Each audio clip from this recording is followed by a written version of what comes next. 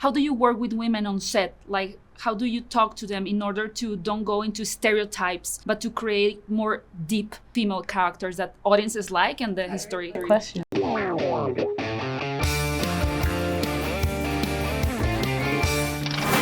I was just touching base to see when you think you might be coming back.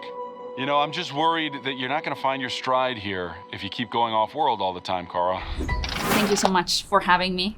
I know that many people frequently ask you, like, how has it been for you in Mexico? What have you eat, drink, blah, blah, blah, blah, blah. And it's normal, but I want to ask you the other way. Like, if I went to Australia, where would you take me to? Like, which dish would you tell me, like, you have to try this dish? Australia doesn't really have cuisine. We don't. Hey, no, but, hey, careful. No, but we don't have like a national dish. But Pavlova. That's not even us. It's New Zealand. But my friends own this fabulous Lebanese fusion restaurant called Bubba's Place. That is probably my favorite restaurant in Sydney. So I would say to go there. Noted. And like a spot, like a place to take pictures, fun.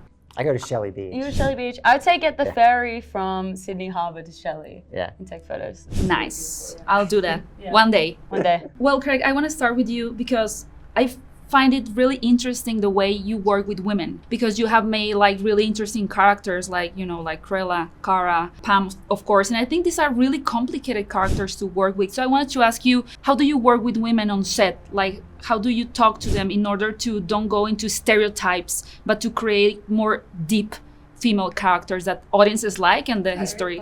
I've been very lucky to work with amazing women over the years, and in very complicated scenarios, and then also just be vulnerable. It's like, just let them play in that space, let them feel comfortable, and feel you can make mistakes. Yeah.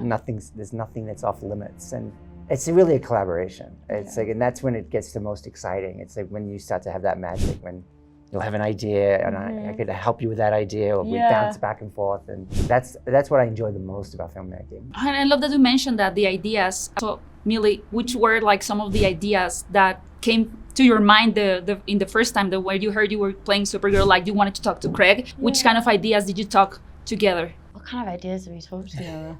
I feel like I just went to you and I was like, how am I going to do this? It was just a puddle of a person. But I think that once I started working with you, I knew that I was so safe, and it was so nice to go to my chair. Just did It's a demonic presences. Yeah, it was just so nice to go to work and be like, okay, I don't have to like perform in a way. And I think that you gave me so many ideas about how to tackle Cara and where she is, and how to find her vulnerability in unconventional places, which is so interesting to watch, I think. Yeah, it's really fun to see you go I almost like the idea of going against what you expect is going to happen in a scene. Yes, you would do that a lot. Actually, I loved that. Yeah. So if it's written as left, we go right. You know? So you like to rebel against the... We both have that. So it was like an instant click. It looks like that. Yeah. I think so. Yeah, it's like, let's not do that. And was there something that Millie kind of suggested that you didn't have in mind, but once she did it on set or maybe on pre-production, you were like, wow, this works? I think it's in Millie's DNA. It's like that rebellious nature is something that she can do so effortlessly. Yeah. And it works so well for this character. So within any scene, you know, where she's constantly being confronted with aggressive characters, and the way that you would play it would just be so much fun to watch, because you would expect that you would go up against that aggression, and you always sort of went around it. You kind of go flat, because then it has nowhere to go. If someone's angry at you and you're not angry, they get angrier, you know what I mean? So it was very fun to do that. And that was her instinct. So being able to lean into that was great. Yeah.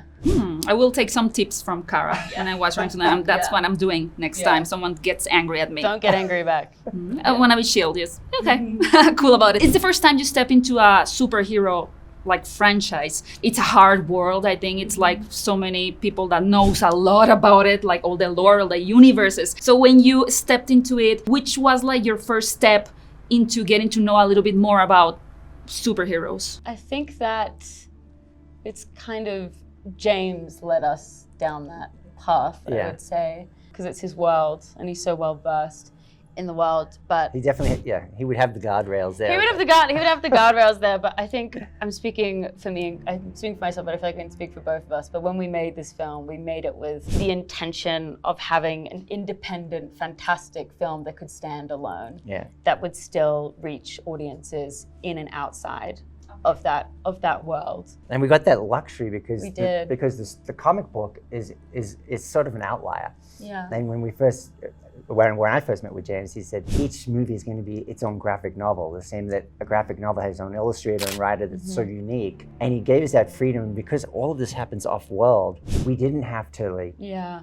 pay homage to other. We had to kind of invent this whole. And now that you mentioned James, the first time we saw Kara, she was drunk in a spaceship, really drunk in a big spaceship, when in the Fortress of Solitude. Yeah. How did you work that along with James? Like the first time he told you, like, this is the way you're going to present to the world, drunk, here, first time. Did you just say like, cool? let's do Yeah, it? I was just like, okay, you tell me what to do and who to be and where to stand, and I'll do it. Yeah, and I think that snippet that we see of her and Superman beautifully links with where we meet her at the start of this film. I think she's kind of avoiding her feelings by drinking. Yeah. I have 1 minute left, so I'm gonna go with just super quick questions, like just this or that.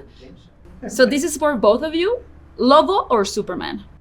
Oh, I know, Superman. Yeah, Superman. Millie, Supergirl or Kara? Kara. Kara. Oh, sorry, that's your question. No, it's always Kara. Both of you. What was the first moment you thought this is actually going to work? I'd say like the first day. Yeah. The first day. Yep. Yep. It was a great first day. It was a great first, it was a long first day. Millie, fly or be invisible? Be invisible. Any day of the week. That's not your power. That's not my power. But you wish. Yeah. Maybe the next film. Maybe next film.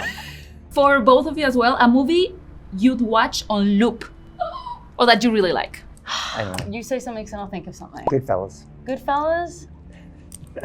I'm just gonna say No Other Choice because I just watched it and I think it's fabulous. Oh, wow. Great. Should have been nominated. Yeah. Snubbed. And last, cape or no cape? No cape. Okay. It's just a trip hazard. Thank you so much, you guys. Thank you. Thank you. Nice job. Thank you.